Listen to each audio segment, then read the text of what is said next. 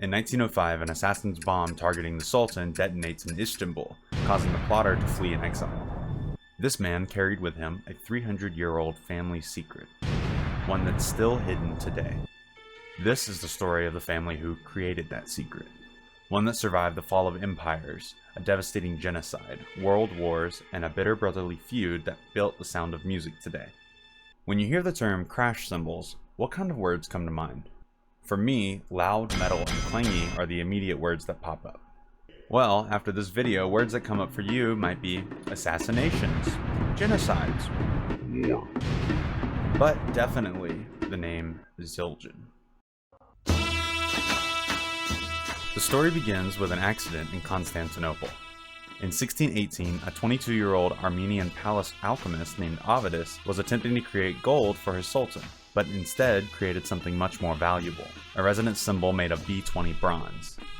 You see, modern audiences think of cymbals as purely musical instruments, but the Ottoman state where the story takes place viewed it as a projection of authority.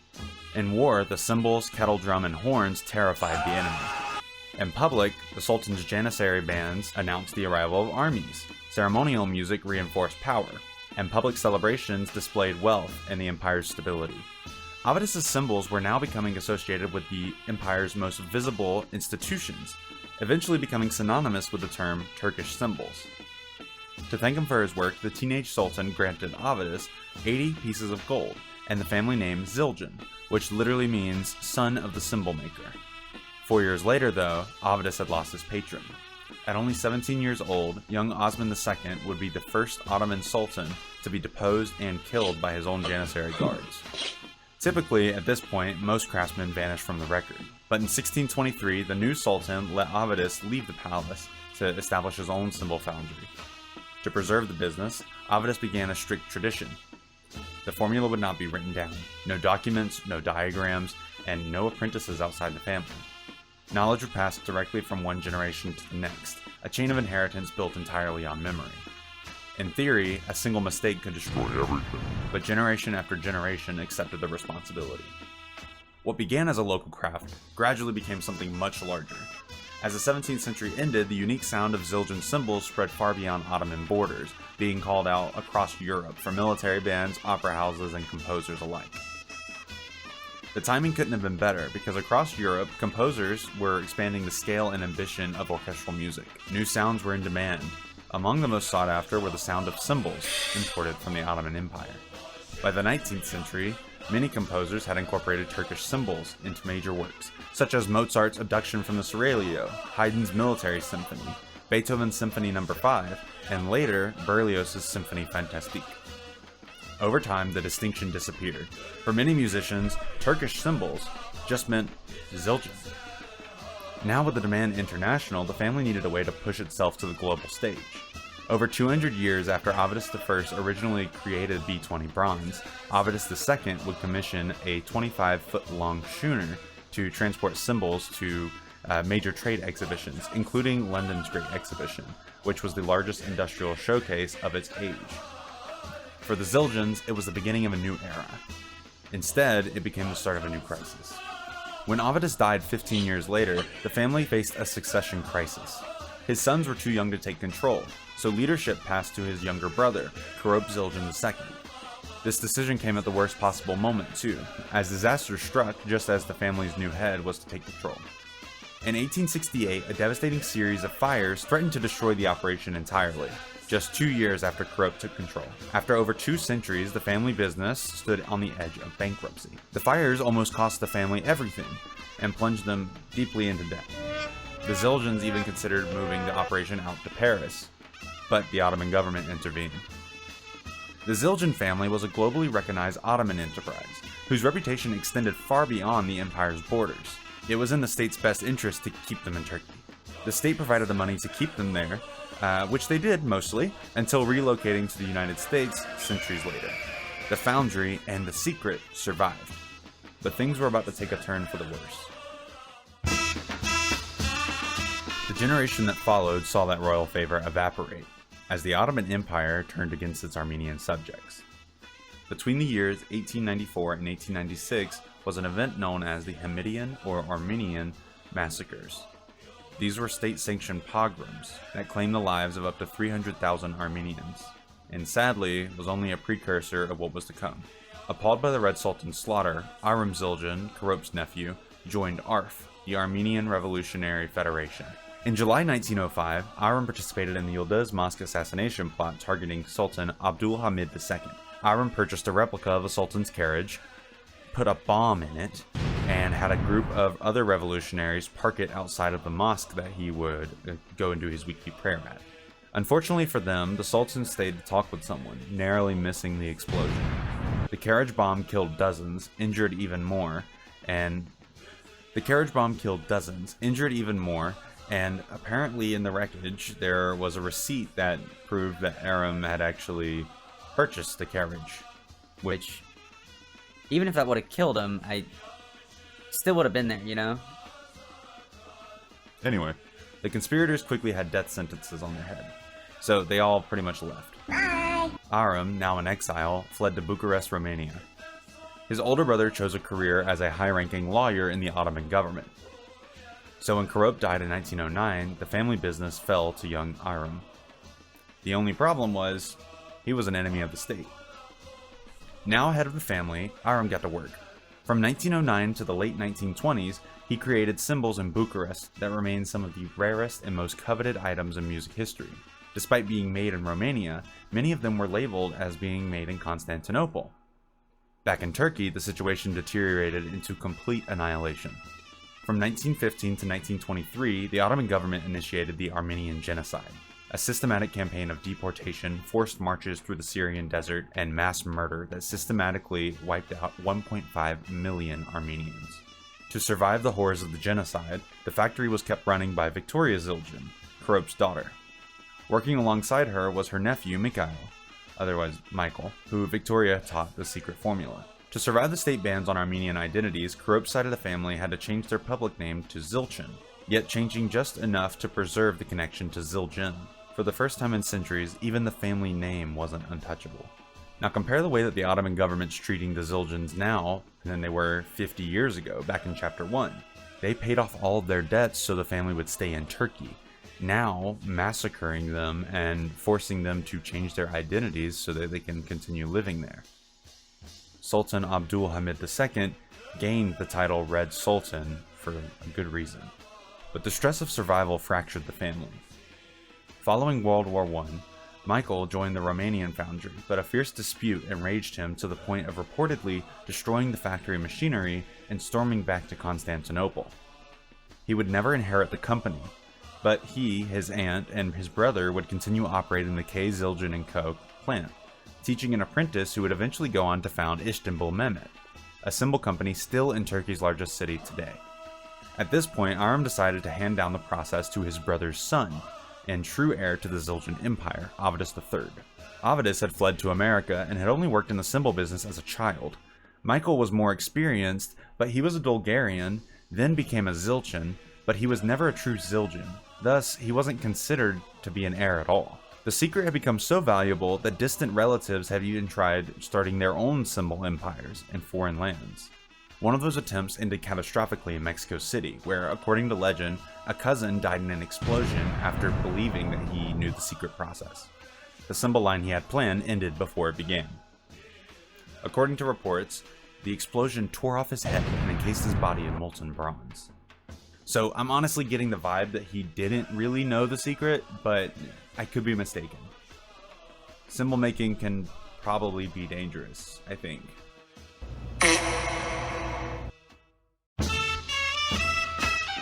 The trajectory of the company changed forever in the late 1920s.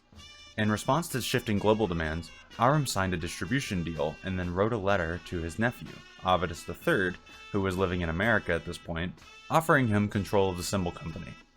Avitus worked in the Constantinople factory as a child, but around the time of Kurop's death in 1909 had immigrated to America, eventually marrying and beginning his own successful candy company in Massachusetts. Like his father, Avitus was initially reluctant to return to the family trade, but his wife Sally was very interested in the family's history and encouraged him to keep the legacy alive. Which, who wouldn't be interested in being heir to a 400-year-old family secret and business that only your family knows the secret. Like, it'd be kind of crazy not to do that, honestly. Nonetheless, Avitus did not want to go back to Turkey. He had a life in America, and it was only smart to stay here because the rising popularity of jazz in America caused the demand for cymbals here to skyrocket. Aram dissolved the Zildjian branch in Romania in 1926, moving his operations to America and leaving the Turkish branch of the family in the hands of Karop's line. This, however, caused an issue. See, now there were two competing Zildjian branches. We have the K. Zildjian & Co. in Constantinople and Aram and Avitus' new venture in America. The distribution deal that Aram signed caused a huge problem for the new CEO. The deal granted distributor Fredgretsch Company exclusive rights to the distribution of Zildjian cymbals in America, which, with the explosion of jazz, was now the center of global cymbal trade. In fact, the deal also granted the distribution company trademarks to the name Zildjian, K. Zildjian, and A. Zildjian. As Avitus and Aram would be opening a new operation entirely and not part of the Turkish branch, this would throw a huge wrench in their plan. However, there was a loophole. The Fredgretsch Company didn't own the rights to the name Avitus Zildjian. So, after some court litigation, the Avitus Zildjian Company was incorporated in Quincy, Massachusetts in 1929. K. Zildjian & Co. would remain open and be operated by Karop's grandchildren until Avitus' company purchased it in the 1970s. Zildjian's move to the United States was perfectly timed with the rising popularity of American jazz. Avitus broke down barriers, explicitly vowing that there would be no place for discrimination at Zildjian. Likely, partially, because of the genocidal horrors that he fled from in Turkey all those years ago. He worked hand in hand with legendary African-American jazz drummers like Chick Webb and Papa Joe Jones, collaborating with them to develop entirely new instruments. The paper-thin crash, ride, splash, hi-hat, and sizzle cymbals. With the creation of such a vast array of pretty standard cymbals today, it seems like there are revolutionaries in every generation of Zildjian. During World War II, whenever copper and tin were being strictly rationed and only 3 metalsmiths remained at Zildjian, the U.S. War Production Board allocated raw materials to Zildjian, allowing the foundry to survive. Fearing his sons might not return from the war, Avitus made a landmark decision in 1945, breaking a tradition of over 300 years. This year marked the first time that the secret formula would be written down, one copy in the company vault, and the other in Avitus' home. Both sons thankfully survived, and what would come next determined the future of the percussion world forever. Post-war growth was explosive, and to handle overwhelming global demand, Avitus' younger son, Bob Zildjian, wanted to establish a factory in Meductic, New Brunswick, Canada. He had visited during the war and loved the area. Bob loved to fish, and Meductic is close to one of the best salmon fishing spots and hunting areas in North America. Since he was going to be the one running the office, he might as well have it somewhere where he can enjoy his hobby too. Avitus was initially against this, but his son guaranteed its success, even offering to buy it out of pocket if it failed. In 1968, the ASCO facility would open its doors for the first time. By the mid-1970s, the Avitus Zildjian Company boasted 3 generations working side by side, including Bob's brother, Armin, and Armin's daughter, Craigie. Bob, representing the company, would negotiate the purchase of the Turkish branch during these years, moving the operation completely to America. Michael and his brother Gabriel, on Karop's side of the family, also moved to America, bringing with them the ancient technique of hand-hammering the cymbals, something the Avitus Zildjian Company had not done for many, many years. However, philosophical disagreements on how to run the world's oldest cymbal company created a rift between the two brothers. When Avitus III passed away in 1979, older brother Armin became chairman of the board, pushing the family dispute to a breaking point. After 3 years of legal wrangling, a legal settlement divided the empire. Armin retained the iconic Zildjian brand and the Massachusetts factory, while Robert took ownership of the one in Canada, but could not use the Zildjian name on any of his cymbals. According to Robert's daughter Sally, a judge ruled that Bob could keep his own Zildjian name, and that the rights to the secret bronze formula belonged to the family, not the Avitus Zildjian Company. So, in 1981, like his father before him, Bob Zildjian founded another cymbal company, Sabian Cymbals, a creative shorthand using the first letters of his 3 children's names, Sally, Billy, and Andy. Sabian even uses the same centuries-old Zildjian recipe to create its cymbals. The split sparked the greatest rivalry in percussion history. One family became two rival empires. Today, drummers around the world argue Zildjian versus Cymbal, many times without realizing that both companies emerged from the same secret discovered in 17th century Constantinople. The secret survived assassinations, massacres, genocide, exile, world wars, industrial disasters, and a family civil war. The fact that it's still here at all is arguably more remarkable than any symbols that it creates. For nearly 4 centuries, the family had preserved its secrets through war, exile, revolution, and division. But survival had never meant remaining unchanged. The dynasty survived by changing everything except its center, the secret process. When Armenian names became dangerous, they became Zildjian. When the center of music moved west, they crossed an ocean. When war threatened the bloodline, the secret was finally written down. Again and again, the family altered what it had to in order to protect what mattered most. By the end of the 20th century, another revolution was underway. In 1999, Craigie Zildjian became CEO, the first woman to lead the company in its history. A tradition that stretched back to the Ottoman Empire had quietly come to an end. The dynasty had changed once more, just as it always had when survival demanded it. Andy Zildjian will become CEO of Cymbal in 2006.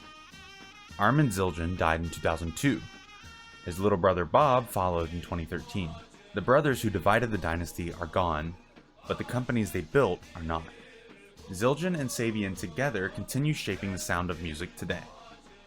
The Avidus Zildjian Company would go on to own their own prominent percussion brands such as Big Firth or Balter Mallets, while Cymbal released their iconic AA and HH series.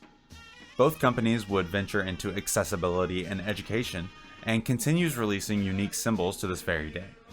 4 centuries ago, an Armenian craftsman set out to make gold and failed. What emerged instead proved far more durable.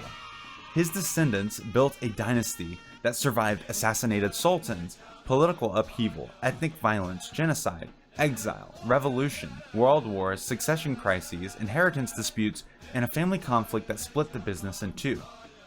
The empire that gave the family its name no longer exists. The Janissaries are gone. The sultans are gone. Even the city where the story began no longer bears the name Constantinople. Even divided, the Zildjians remain.